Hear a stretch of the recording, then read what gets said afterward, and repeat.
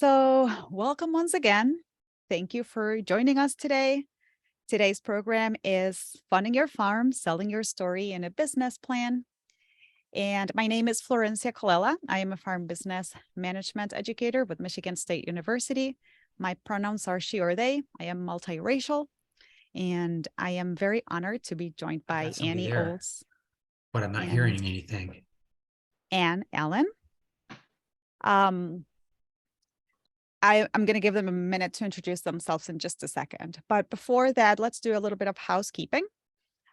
So this is our civil rights slide. If you find that us or anyone at MSU messes up in terms of civil rights, please let us know. You can report us. There's links there and phone numbers so that you can do that.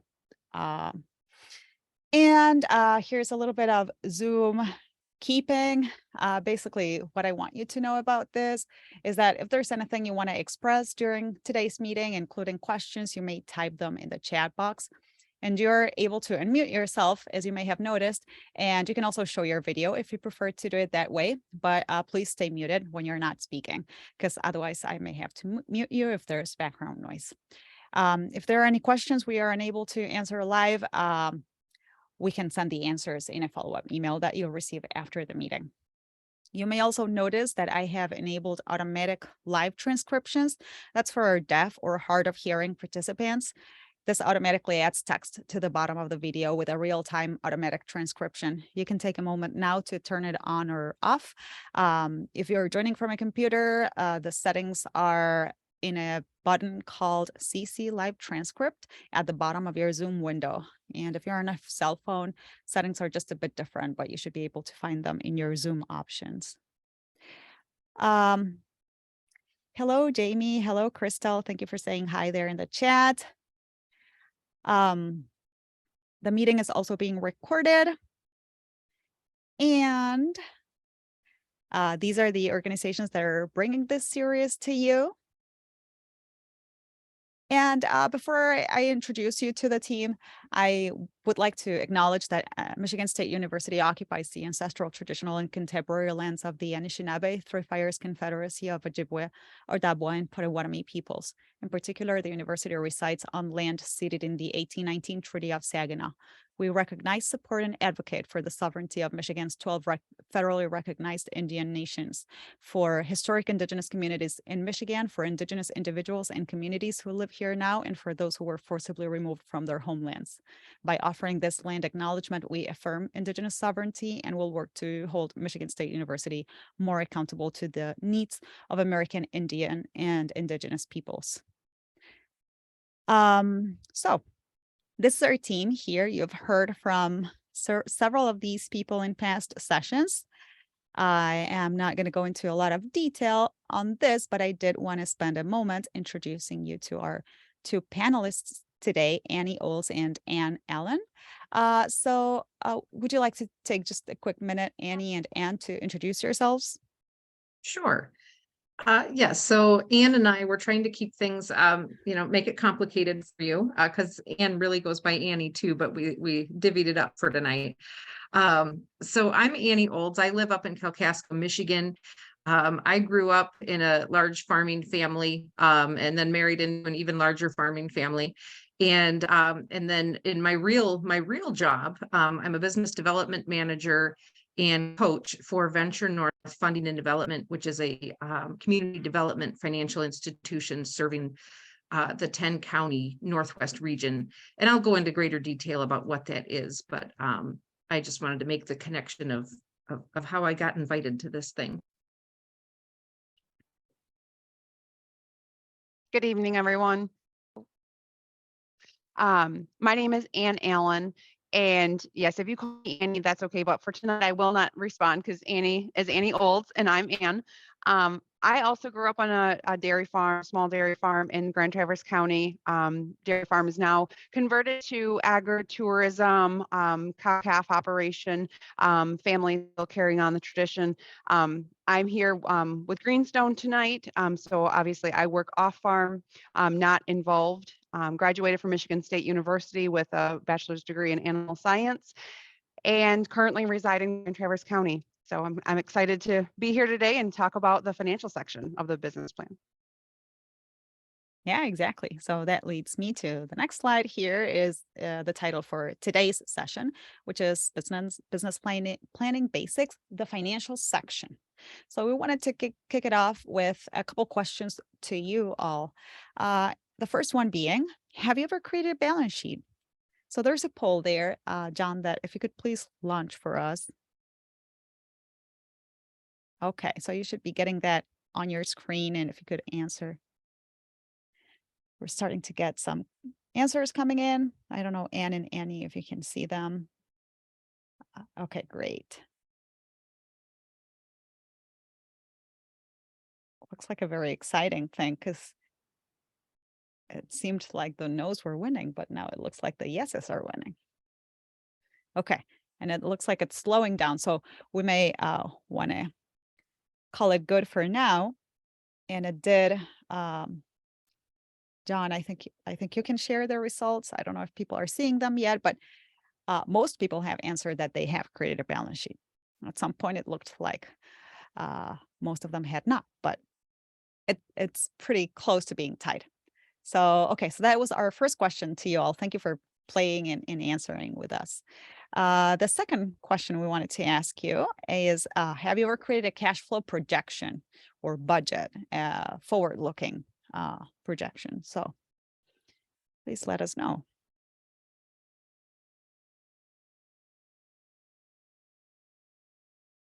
Okay, it did slow down there. So, oh, still moving. Yeah. Okay. All right, let's close it there, John. So we do have more no's than yeses for this one. So it looks like people are like in a gray area there in their readiness, and we'll hopefully provide some information to you all to move you forward in your readiness scale. We did have a third and last question, and this is not a yes or no, but more of a multiple choice. So what financial record keeping are you currently using? And there's a few options there. I thought we had an other option, but maybe we didn't. But if you, oh yeah, it's Just there. scroll down. Yeah, yeah. So to you all, if you were not scrolling down like I did, there's more options at the bottom. And if you are an other, if you could please put in the chat what that means, we would really appreciate that. Okay. Thank you, Betty. Okay. Lots of Excel, a couple PC Mars. And okay, just a few more seconds if you have not answered yet. Okay. All right, I think we can close this one.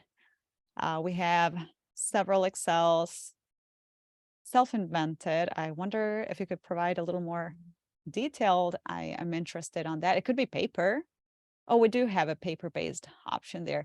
So anyway, we have a few no's as self-invented, a few Excels and PC Mars. Nobody using QuickBooks, which Annie, you may be surprised. That surprises me. Yeah. All right. Okay. Let's move forward. And so if you've been coming to the other sessions of this series, you've gone through most of the sessions in a business plan, and we are now nearing the end with a financial plan and appendix. And this is what we're going to look into today. You may recall that you were promised we were going to talk about the balance sheet, income statement, and cash flow projection, but there's a little more than those to the financial section, and hopefully we're going to expand a little bit on that. But thank you for coming today for the final session of this. Well, there's going to be an in-person meeting too, and I'm going to tell you a little more about that at the end of the session, but this is our last Zoom meeting. So these are the goals for today. Understand the importance of the financial plan, understand the parts of the financial plan, and be aware of some resources available for creating that financial plan. And that being said, let's move to the importance of the financial plan. And and I can forward the slides for you. Or I could also try giving you, like power over my screen so that you can advance your own slides. What would you prefer? I if you can give me the power, then I can just advance them. I've done that before, so it should, In the meantime, Jamie, did you have your hand up? It's gone now, oh yeah, but I didn't know if Jamie had a question. I saw that. Hi, Jamie. I just clicked the wrong button. Sorry, everybody. Oh, okay. No, no worries. I didn't want to miss you. You're doing great. Keep going. Okay. Okay, and Anne, I Okay. think you have control now. So what button do I push to Your get them to your move left. forward? Oh. Yeah. Whatever you did. Okay. Perfect. Yeah, I'll just Perhaps your use my arrows. arrows. Yeah. I'm learning something new tonight. Perfect. Thank you, Florencia, for the introduction. Can everyone hear me? Good. Perfect. I see Florencia shaking her head. As Florencia stated, I'll be covering the importance of the financial plan tonight. We are going to take a look at the individual components of the financial section. We're going to begin by learning about the 6 C's of credit. The 6 C's of credit will make up the financial section of your business plan. They include character, capacity, capital, collateral, conditions, and communication. Now let's take a deep dive into each of these. The first one we're going to cover tonight is character. When you are presenting your business plan to a lender for the first time, they will look at your background, your farming experience, your education, all in regards to your business plan. Another example is having the correct licensing requirements for your business plan. If you're starting a bakery, for example, do you already own a licensed kitchen or are you renting space? These are just some of the detail that are going to be expected to explain in the financial section of the business plan. The lender will also pull your credit bureau report once they receive a complete application. Most lenders have a minimum score requirement, so it's best to pull your credit report prior to meeting with a lender so you can have a transparent conversation with them. For an example, if you have a delinquency on your report, provide an explanation to your lender of what happened, what was the situation. Because at the beginning of a lending relationship, a great deal of the character section is going to be weighed on that credit bureau report. Next up, we're going to go to capacity. Your loan officer is going to calculate cash flow using your tax returns or your business plan projections. That's why it's important to have these items readily available. The goal is to find out if there's enough cash flow available to make your loan payments based on a reasonable expectation of your business projections. Your financial capacity may determine how much you can secure through a loan or even if you can receive a loan. On the screen, you'll see 2 examples of an income statement. Let's start with the chart on the left, just the basics. Your gross revenue at the top from your sales minus any cost of goods sold equals your profits. You with me? Then we start doing some subtractions and additions. We first start by subtracting the operating expenses and the interest. And then this equals your net income. After that, we subtract the taxes, owner withdrawal, add non-farm income, and subtract the principal payments on any current loans. This final value equals your margin after debt services, your profits. The chart on the right provides more detail. Again, talk to your lender about their credit requirements for their margin after debt service requirements.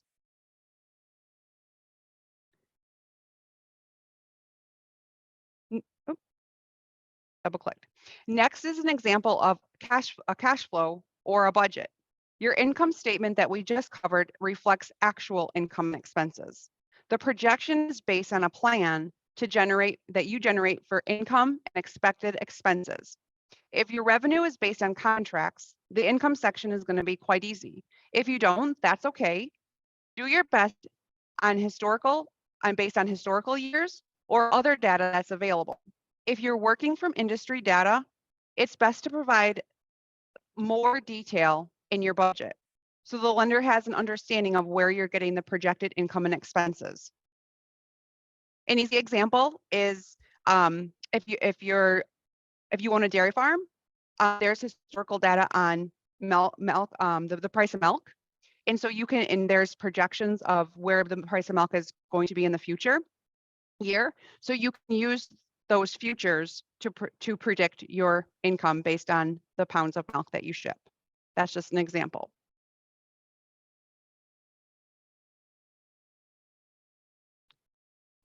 Sorry, this is very touchy. I keep on double clicking. The next C we're going to cover is capital.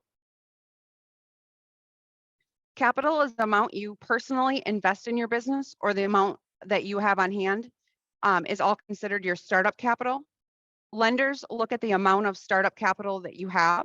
They are more willing to approve a loan when the business owner has invested their own personal money in the business. It's unusual for a small business to get started with 100% borrowed money.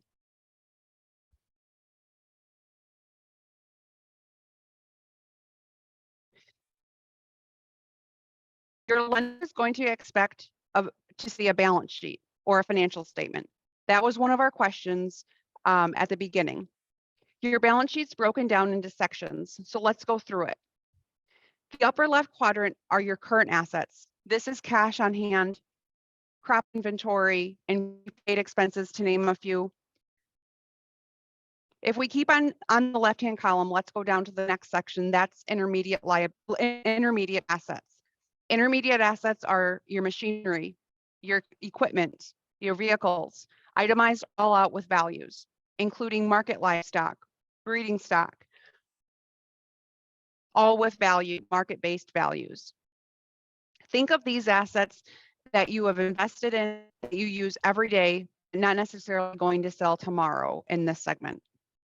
The bottom left quadrant is long-term assets. This is your real estate, including buildings. On the right, you'll find the same three quadrants that reflect the liabilities. So the upper right are the current liabilities, operating loans, credit cards, taxes that are due. These are debts that need to be paid immediately from cash on hand. The middle quadrant are your term notes, the equipment note, a livestock note, things of those natures. The lower right-hand quadrant are your long-term liabilities, your mortgage or note secured with real estate. The balance sheet should be,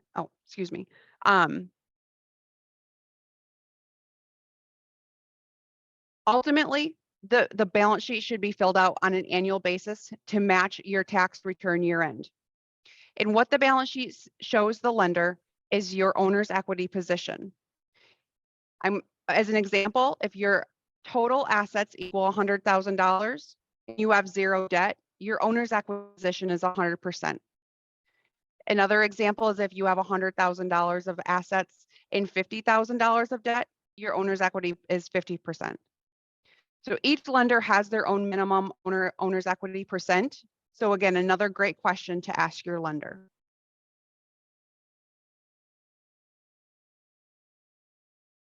The next C is collateral. Almost every lender looks for some type of collateral when they make a business loan. In other words, on what can the bank file a lien or mortgage to secure repayment of the loan? Have an idea ahead of time what you will offer for collateral to the lender. Typically, collateral aligns with the loan purpose. For example, an equipment loan will be secured with a blanket lien on machinery and equipment assets, and a real estate purchase will be secured with the real estate being purchased or possibly other real estate owned.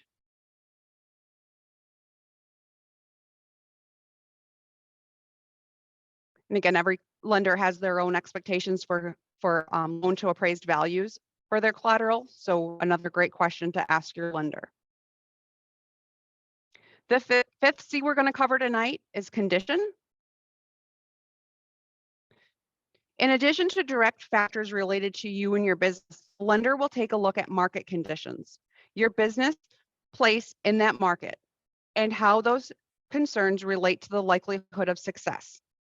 Favorable market conditions can significantly increase your odds of securing the loan you need. A lender may approve your loan request upon meeting certain conditions also. Example of loan conditions are a guarantee with FSA or SBA. Dave Ross was on our first our first Zoom call that you guys may remember. You may need to look to a friend or a family member to be a co-maker or a guarantor on the loan to secure the loan. Your lender may require financial data reporting, the annual balance sheet and annual tax returns, payment requirements, and even a business meeting requirement. These are all possible conditions. The lender will also look at your risk mitigating factors that you have in place when considering conditions. Examples include contracts and insurance policies, all detail that should be put in the business plan.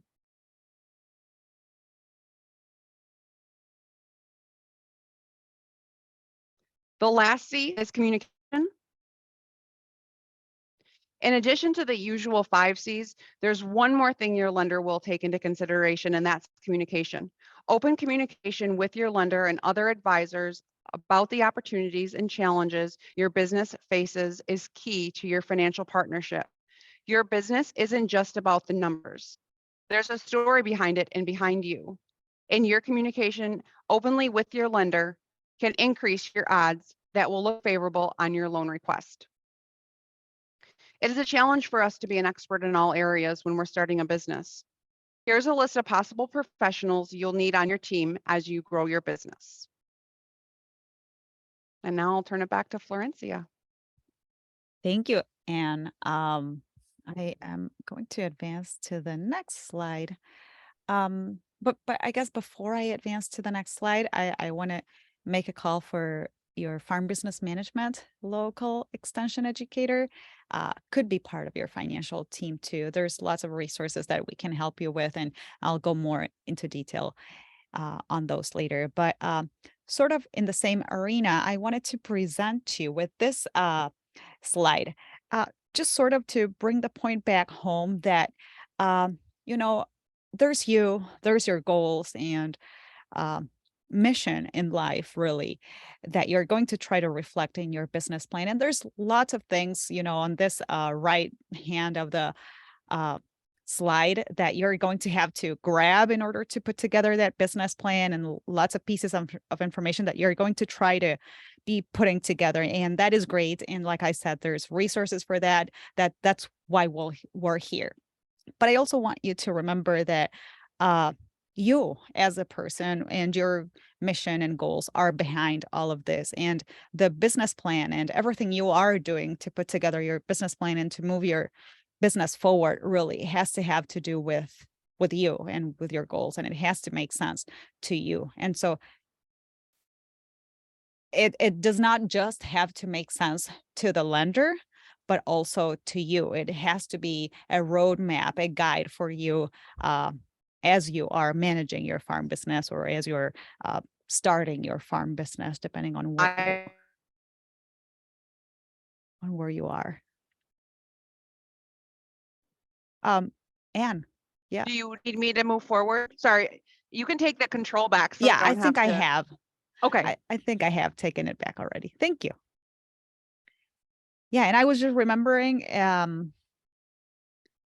think it was Alex, was his name, Jamie, if you can help me with that, the farmer that was at the first session, and he talked about the business plan and how it helped him not just get the loans that he needed, but also guide him as he made changes to his business along the way. So anyway, that's all I wanted to share on this slide, and I'm gonna now give control to Annie.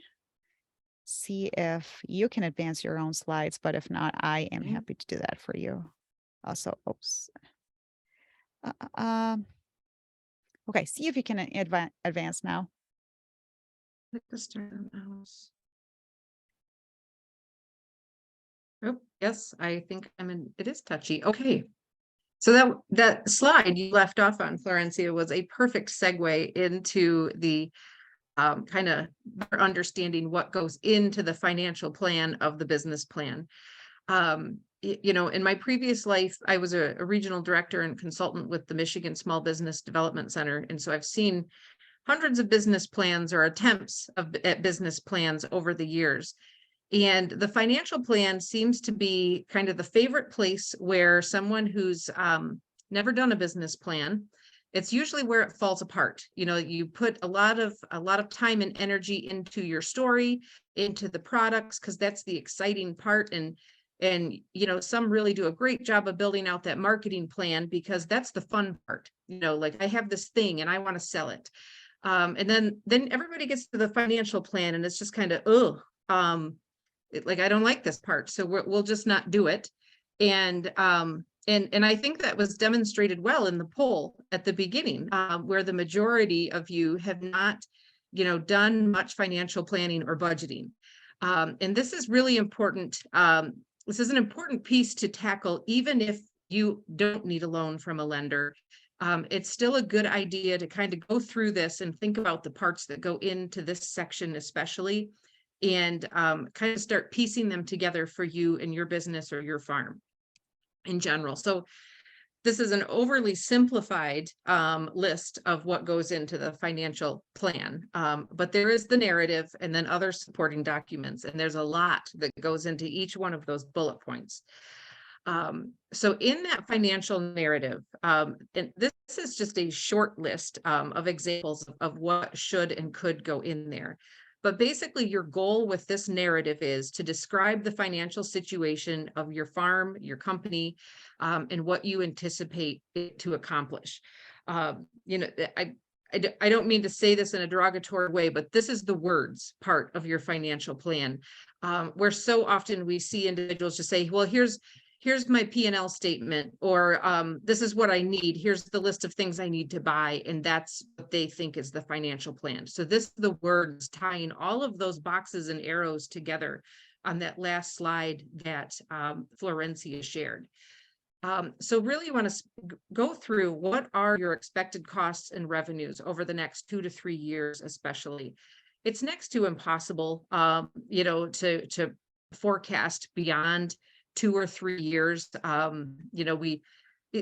You had a decent chance of doing so before COVID, and then COVID hit, and most trends and everything went right out the window. So everybody's kind of living more on a 1 to 2 year basis. The assumptions. This is where you're explaining those guesses, especially when you're creating a cash flow projection worksheet.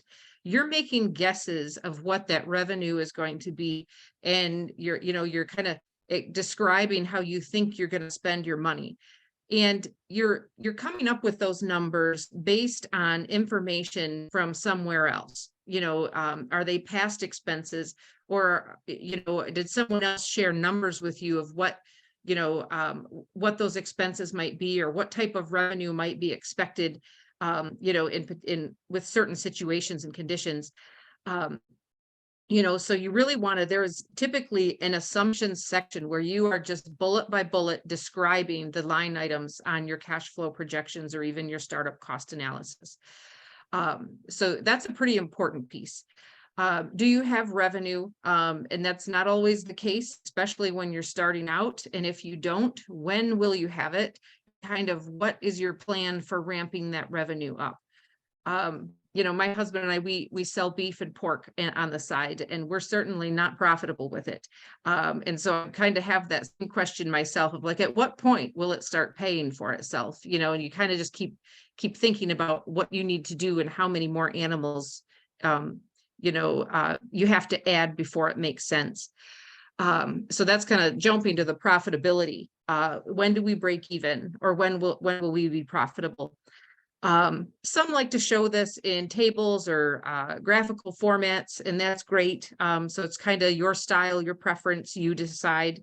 But this is where just you start adding those attachments that start up the cost analysis, the 2 to 3 year cash flow projections, the income statements, the balance sheets, You know, in our organization, for an existing business, we usually require the last 2 years of internally prepared financial statements, as well as your federal income tax returns. And then, of course, we want the next 2 to 3 years and projections in addition to that, so we can really kind of put that financial plan together. You know, and then the personal financial statement, which I'll talk a little bit more on the next slide. And again, this is where you're putting those processes. You know, what type of accounting software or system are you using? You know, just kind of put it all in there. And if you don't know how to organize it, who cares? Just put it in. It's better if you at least have it in one place. You can always sort it later. And then finally, the exit strategy. Nobody really likes to talk about this. You know, you kind of think, well, I'm not going into business to get out of business, so why am I talking about it? But I'm here to tell you life happens. Unfortunately, people pass away, or marriages don't last, or enough disasters happen in a row. You know, it's always better to kind of have a plan of what a breakup might look like when everybody's getting along. It's easier to kind of sort through that stuff. It also kind of goes back to what Anne had mentioned about, you know, just kind of that risk mitigation. You know, if you're losing money so many years in a row, at what point do you decide enough is enough? You either need to pivot at that point, or, you know, stop the hemorrhaging in some way. So that's where that exit strategy comes in, and understanding what that really means. So sources and uses. This is kind of a big deal, and it's often overlooked. You know, for those of you who are kind of, you know, growing a smaller farm or growing a business, however you want to look at it, you know, it's how you're doing it and accomplishing it isn't coming from just one source of money. You know, you're bootstrapping, you might be, you know, pulling from some savings, you might be borrowing some from family members, you might be borrowing money from FSA or Greenstone, or any litany of other lenders out there. But you really need to get a good understanding of what you need to pull this off well. You know, so often small business owners kind of say, well, I just need this piece of equipment. I need this walk-in cooler. I need this thing. And there's usually about a dozen other things that go along with that piece of equipment, from installation, and, you know, just everything is more expensive, you know. And so you usually kind of want to really think through what all you need to purchase. Is it just a small project or a big project? But really lay out where the money's coming from and how you're able to use it. And for those of you who might apply for USDA value-added producer grants, or MDARD's value-added and regional food system grants, or even their is it the Rural Business Development Grant? You know, same thing. You know, you're only allowed to spend that grant money on certain things. There are eligible and ineligible expenses. So this is a perfect example of where you have to understand what you're allowed to purchase with what money, and what you're allowed to match with different money. It's kind of the same concept. The appendix. So this is kind of the last section of the business plan. So this immediately follows the financial plan, because, you know, you have your financial plan at the end, and you're already thinking you have to attach all of these financial statements and balance sheets and you name it, all of the things we've been rattling through. This is where you dump everything else that you have been talking about in the weeks leading up to this. So if you have copies of brochures or blueprints or third-party industry studies, you know, oftentimes lenders are looking for a third party something, you know, to help justify what your gut is telling you. You know, as business owners and farmers, we have a pretty good sense of what's happening with the market or what we can do. But when you need to borrow money, you need to back those gut feelings up with something. So this is where you're putting all of those extra ancillary supporting documents. And sometimes it's a letter of support. from future buyers who are planning to contract with you, you know, to buy a certain thing that you're selling. So this list can really go on and on and on. The personal financial statements, hey, back up. Hey, sorry, I got a helper coming in. So the personal financial statements, I believe, those next, no, sources and uses. I'll come back to the personal financial statements. So the sources and uses, this is just a good example of how you spell out and organize what you need. You know, if it's land and buildings, if it's equipment, if it's materials and supplies, you know, this is our template. So in that first column, you would actually list, you know, if you say you need a $30,000 loan from us, that column needs to total $30,000. And then the next column is we want to see what your skin in the game is. What are you willing to self-finance, or what have you self-financed thus far to pull off this particular project? And maybe there's another loan, maybe there's another lender involved who's willing to do another part of the deal. Or maybe this is where one of those MDART or USDA grants is coming in. You know, so I love this template because it really kind of spells things out in a nice, neat, linear way. You know, for just kind of organizing what you need. So I'm gonna put you on pause just for a minute. Actually,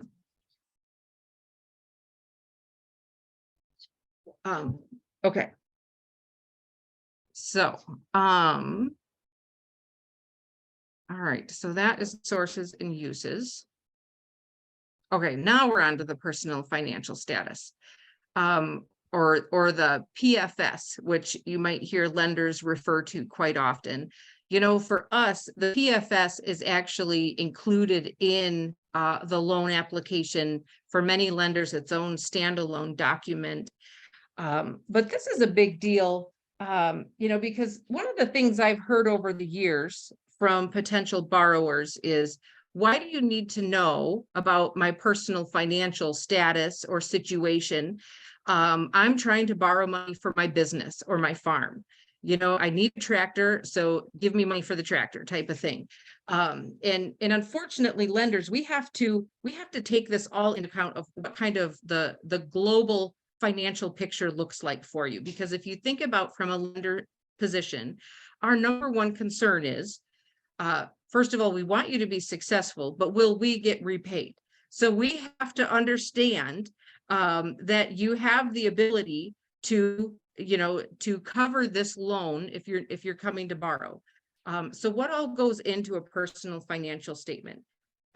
Just your cash position. How much cash do you have in checking, savings, or in any other type of cash accounts, investments, retirement? You know, how much real estate do you own? What do you owe on it? You know, is there any equity involved in any of that? Anne mentioned the credit scores earlier. It's one of the beautiful things about us being a CDFI is we don't have those hard and fast rules on, you know, the thresholds of if your credit score is below a certain limit. Many lenders won't even talk to you if you have too low of a credit score. We have the ability to chat, but we certainly want to address what those past credit problems are. You know, was it a bankruptcy 7 or 8 years ago, or was it 5 years ago, or what led up to it? What happened, you know, and just really understand, you know, and when all of those puzzle pieces make sense, you know, we can then kind of decide like, hey, this is a deal we're willing to take a risk on. We don't have, our loan committee isn't telling us we can't talk to you anymore because, you know, your credit score is only 620. And then the personal assessment, what is the amount and nature of, you know, just what do you need and is it realistic? You know, we have seen over the years where individuals are coming to us looking for far more money, wanting to borrow than they can repay. Or, you know, maybe they should be phasing this out in a slower, you know, kind of a phased out process. So maybe you don't need the $800,000 right out of the gate. maybe your first loan should be $100,000 and you can get some revenue flowing. Just kind of think through, what can you risk? What should you risk? And then just kind of take it from there. Now, I know this is a really negative slide, but this has been one of my favorite slides to talk about for years and years and years. And anytime we have had, and this is in my past role with SBDC, my current role, coaching with Venture North, it doesn't matter. Nobody ever calls and says, I need help when things are going well. They just kind of want you to stay back. I don't need help, things are going great. But when they do call and say, hey, I think I need to talk this through, I like to pick on marketing, quite often, but we have a terrible, our marketing is just awful, and I start digging into it. It's not that their marketing is awful. It's that they've never budgeted for marketing. They've never planned for marketing, and they don't even know who their customers really are. And so you kind of start piecing together that the marketing is a symptom to these bigger things going on for the business owners. And so this is SBA's top 5 reasons that businesses fail, and it's due to inadequate planning, insufficient capital, inexperienced management, lack of business knowledge, and location. And location isn't necessarily physical, it's also kind of relates to that marketing, the location of how are you getting in front of your own customers, and the customers that you need to be in front of. And typically when working with a small business, they're usually struggling with 2, 3, sometimes even 4 of these topics. And so when you say you've never financially planned for your business, this is a perfect example of why it's so important to do it. If you've never really planned, you're probably going to start with insufficient capital. And if you're starting a business or starting your farm and you never have any chance of making sure you have enough capital to infuse into it to make it successful, or you don't have even the means to borrow it when you need to borrow it, it will eventually just suffocate you in a financial position. So I don't mean to leave that on a negative note, but it's such an important one to understand why this financial plan part of the business is so important. Again, it's not just because your lender told you need a business plan. It's for the health of your business, your sanity, you name it. And I think that's where I leave off. Yeah, so we do have a couple more slides where I will want your intervention, Annie and Ann, but I'm going to jump first to these MSU ones, and then we'll come back to you too. I feel like that may flow a little easier for everybody. So what I wanted to say here is, okay, so first, thank you, Annie and Ann, for explaining your take on the financial section of the business plan. But what I wanted to say here is there's lots and lots and lots and lots and lots of good things that you can do with good farm financial records. The business plan is down here, and it's just a small part of all of the things that you can do with good farm financial records. And so if you're going to put that together for the farm business plan, then you might as well have something good enough that it will also let you do some of the other good things since you're at it already. And so the thing is, we many times feel this way when we are faced with the task of keeping financial records, whether it is at the farm or for personal financial records. And the goal is that you don't feel that way. That's our goal at the Farm Business Management team. So this is us. There's 6 of us around the state. We cover different parts of the state, but also it depends on what you grow and what your background is, and there may be a better fit in some of us, and we're all willing to work with you or with whoever you feel more comfortable with. And I'll put my contact information in the chat in a minute. I was not able to really look at the chat earlier because the Anns were controlling my screen.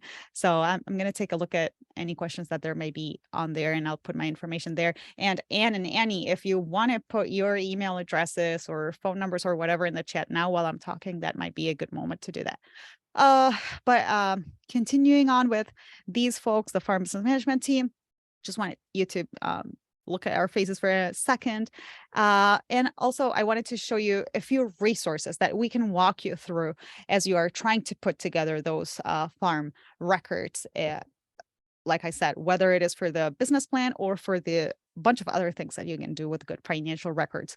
One resource that I recommend, especially if you are one of the Excel people, or one of the people that don't have a record keeping system at all, a good place to start, maybe the Farm Records Book for Management. It's a spreadsheet. You can print it and use it on paper, or you can use it as a spreadsheet on your computer. There's a booklet you can purchase also. It's a place to start. There's lots of other tools, and I was hoping to have, oh yeah, they came up, the QuickBooks logo, the PCMARS logo. These are record keeping softwares. They are a little more advanced, and there's support for these two through the TELFARM program. It's another MSU program. And there's lots of other tools. You know, there's paper. You may want to create a paper record keeping system. Well, we can help with that too. And we can help you, look at some other technologies that you may want to incorporate as you put together a system that works for you. It has to work for you and nobody else. And so I just wanted to say that we do have those resources and that support available for you at MSU. And well, I'm going to come back to these later. So before I do that, I'm going to go back here. And Anne, do you want to go first? Yep, that's fine. Greenstone Resources? Yep, Greenstone is obviously a host of this series. So thank you, MSU team, for allowing us to be part of that. Just wanted to put up a slide here on the details of Greenstone if you guys are not familiar with us. We are a $13 billion association through Michigan and Northeast Wisconsin. 35 branches, all highlighted there in that map. About 600 employees, and we are happy to announce that we are one of the farm credits in our system that give back patronage. So this will mark the 18th year, and we're giving back a total of $120 million in patronage. So it's all based on the amount of interest that our customers pay in every year. So we are a co-op, we are customer owned. And so that is the decision of our board, who are made up of current customers. That is their decision to proceed with that patronage each year. We have been around in the system for over 100 years, and with a very diversified portfolio at Greenstone. Traditional agriculture, from dairy farm, row crop, greenhouses, hog facilities, poultry, you name it, any traditional farming, fruits and vegetables, rural lifestyle. We do home loans on in rural communities. There are some restrictions, but typically if it's 5 acres or more in a rural community, we are also able to lend on that. And we also have an agribusiness unit and capital markets unit who service the larger accounts, and we participate with other farm credits across the nation in those. So that's a little bit about Greenstone. I'll pass it over to Annie. And I'll put your slides here, Annie, and let me know when you want me to advance to the other one. Yeah, that's fine. Yes, I handed back controls to you. Yeah, so I mentioned earlier that Community Development Financial Institution. So there are about 1,200 CDFIs across the nation. And we are mission lenders, meaning each CDFI kind of has this thing that we do or you specialize in. And you'll hear that some CDFIs specialize in financing housing. But we specifically fund small businesses in under-resourced low-income communities or low-income families. In fact, to be a certified CDFI, over 60% of our loans that we lend deploy, and then our time spent with businesses has to be businesses in those low income communities, under-resourced individuals, and so on. So I love to point that out because it is kind of an exciting thing.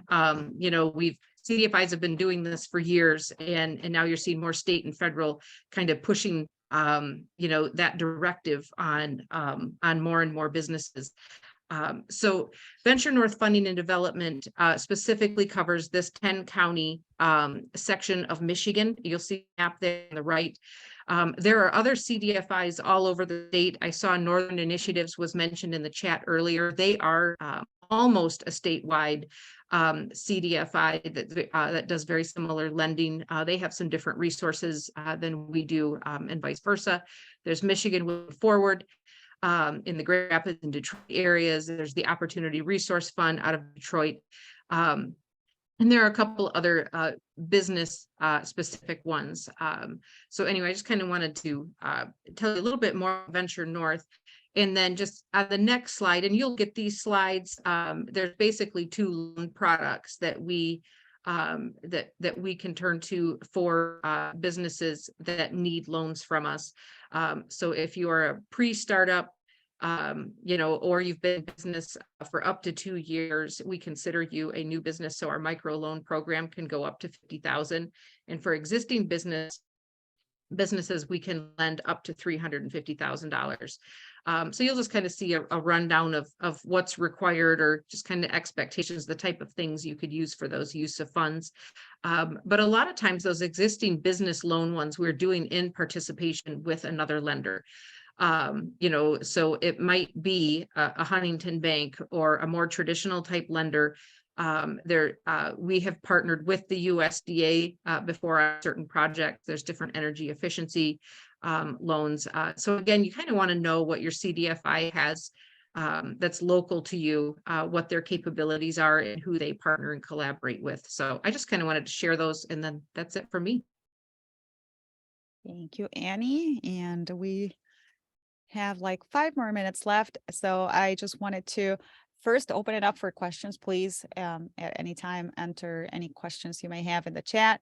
I also, you may notice, thank you first, Jamie, John, for, and yeah, for all of the conversation in the chat. I appreciate that. I was not able to really keep track of that while the AMs were sharing. So but I did put my YouTube channel. There's also some resources there on how to put together your financial statements there. I have a news board that you can either subscribe to get on your email, or just check out online at that Florencia Project link in the chat.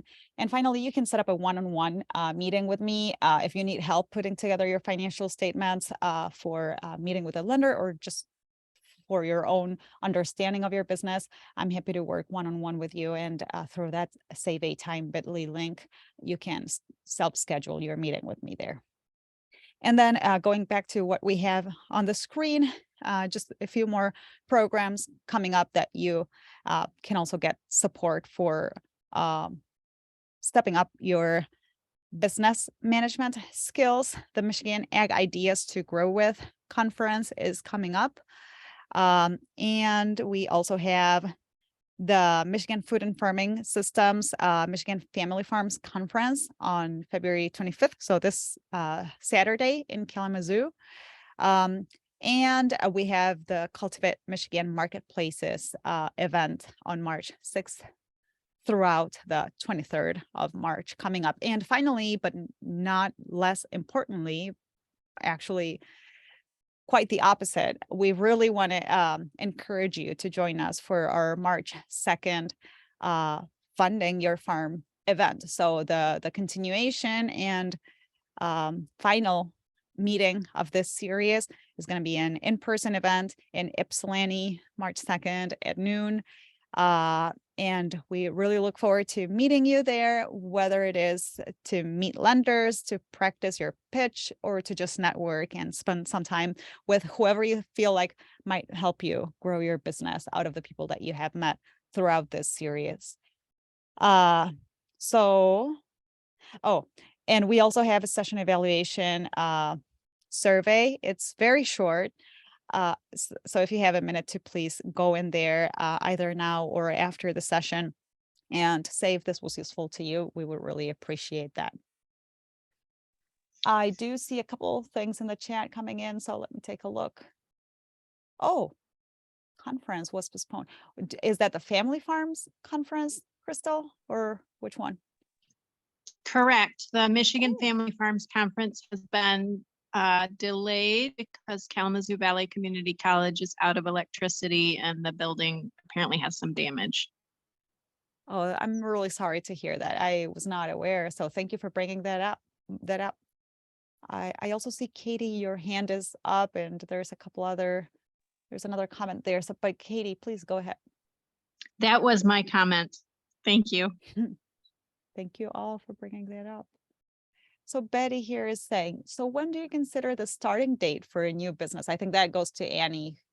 When I started building our greenhouse or when we start growing our produce.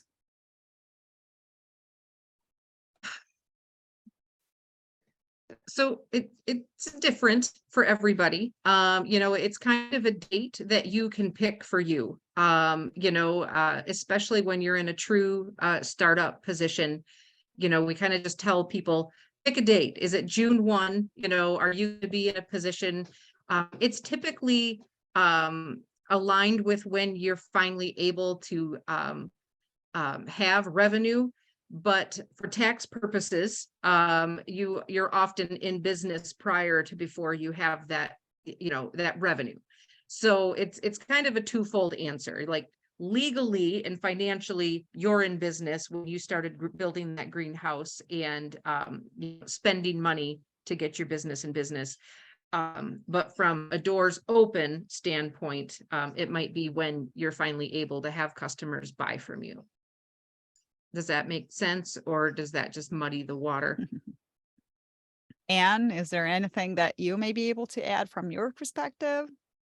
No, Annie took the words out of my mouth because I answer to Annie, so I was getting ready to answer, but I think she hit the nail on the head. I mean, every business is unique and different, so it has to be right for your business, and it doesn't have to be January 1st or August 1st. It could be for this is yours, and it's not anybody else's business Mhm. plan. And usually when you set a date, you miss that date. And, usually if you do set a target, you might be a couple months later than you'd like to be just because of general setbacks. So, just know that it's, an evolving thing. And you're not alone in that. I was only going to add it to Annie's point. It is great to set goals and SMART goals, obtainable goals. So your date is May 1st, and maybe it's not until August 1st by the time you get off the ground, but at least you set a date and you have something in mind to work towards. Yeah. And going back to the financial team that Anne mentioned on her section a while back, I think it's important. Like for myself, sometimes having somebody to hold me accountable when I want to do something is useful. So, use your lender for that accountability and for pushing you into those limits, or use us at the Farm Business Management team, whoever you connected with, or somebody you may have met at the in-person event in Ypsilanti, grab all of those people, surround yourself with those people that can inspire you or push you or otherwise make you feel ashamed if you did not complete your goals.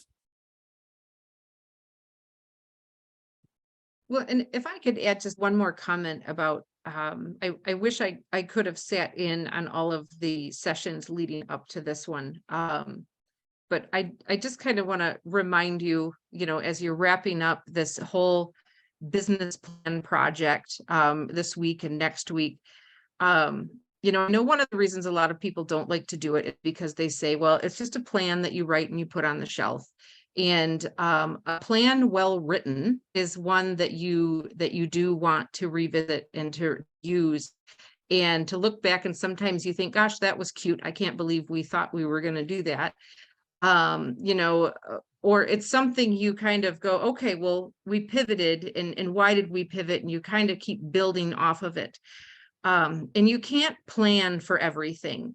But when you at least plan for the basics and you get that team of experts in place and you know who you need to call in certain emergencies, not every little thing that goes wrong is a crisis. So, you know, I just want to encourage you to finish this and do this because it is such an important task for you in the future of your business and your farm.